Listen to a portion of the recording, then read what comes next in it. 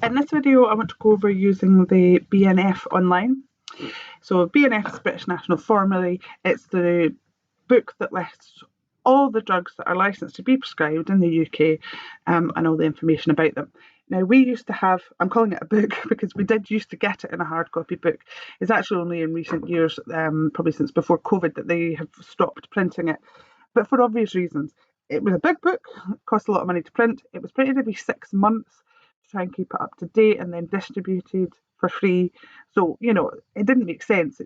So now we've moved it to a fully online format. And you can see here, I'm making this video in late January, and it was updated in December, mid-December. So, it's much more up to date than it would be if we had a book.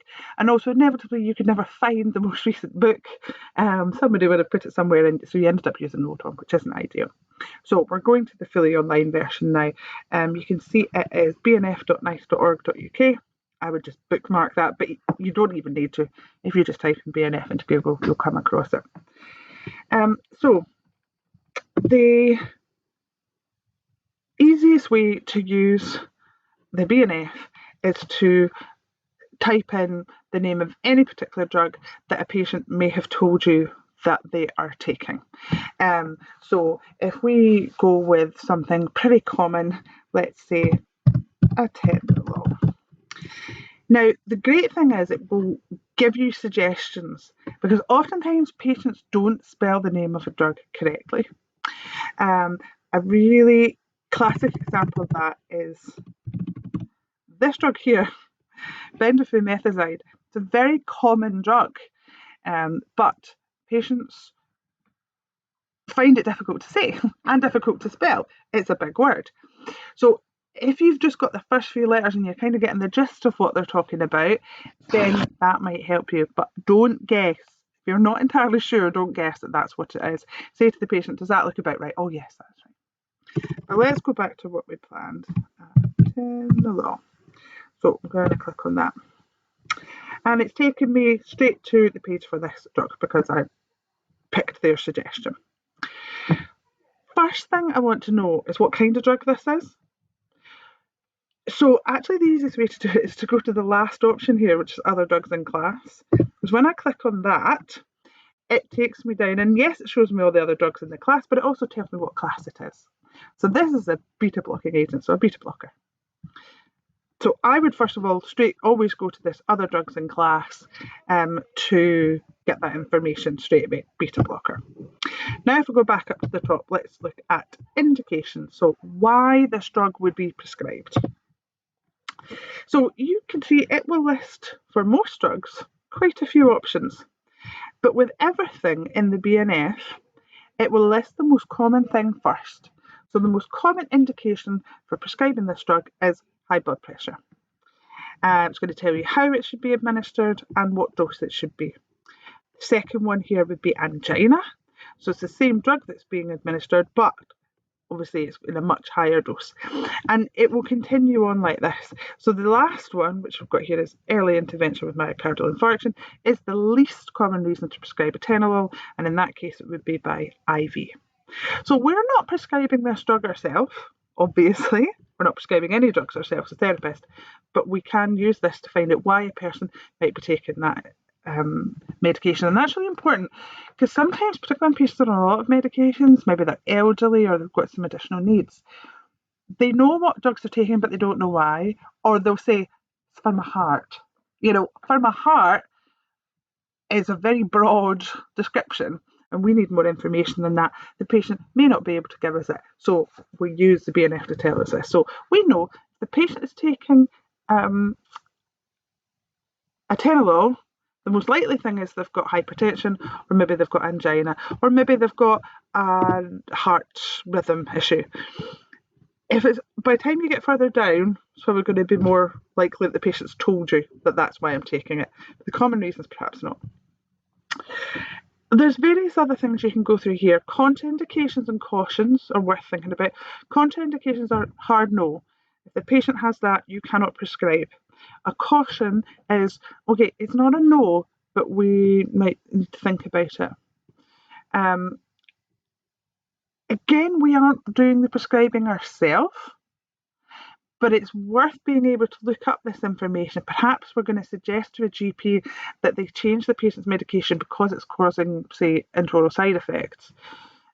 We can't really suggest other things unless we know what the contraindication would be, that type of thing.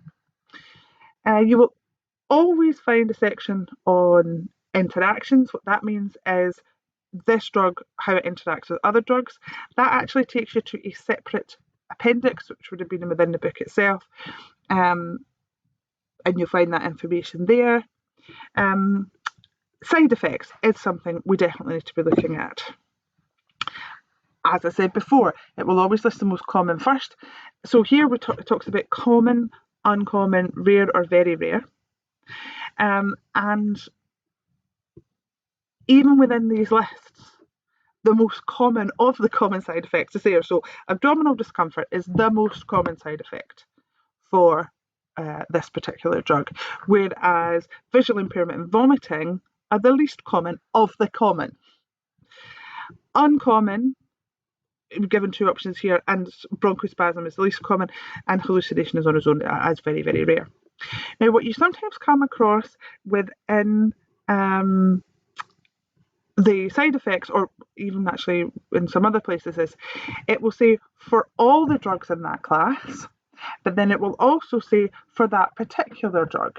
And I can show you an example of that in a minute. For this particular drug, it's, oh no, in fact, I tell a lie, it is there. So all these things here are common, uncommon, rare.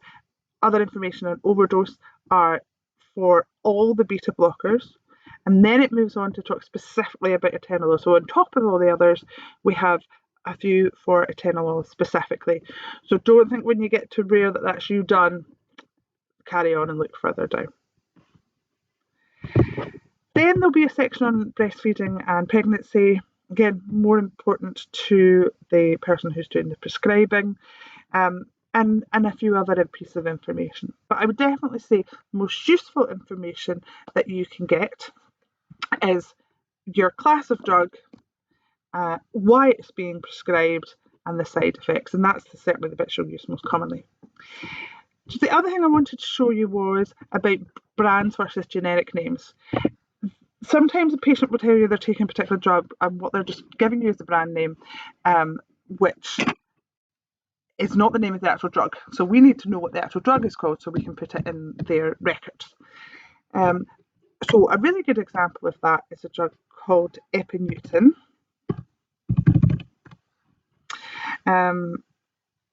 This is a brand name. If I try to find the drug epineutin, it doesn't exist. It's like if you are talking about a water bottle and you call it a chili. It's not a chili. The chili is the brand. The chili bottle is a brand. The chili brand of water bottle. A really good example of that is in the UK when we tend to call vacuum cleaners Hoovers. It's not a Hoover, it's a vacuum cleaner. Hoover's just a brand. Anyway, epineutin is the brand of drug. So if I type that in, it has taken me straight away, not to epineutin. You'll see epineutin is highlighted there, but it's taken me to a drug called phenytoin. And that is because phenytoin is the generic for the brand of drug epineutin.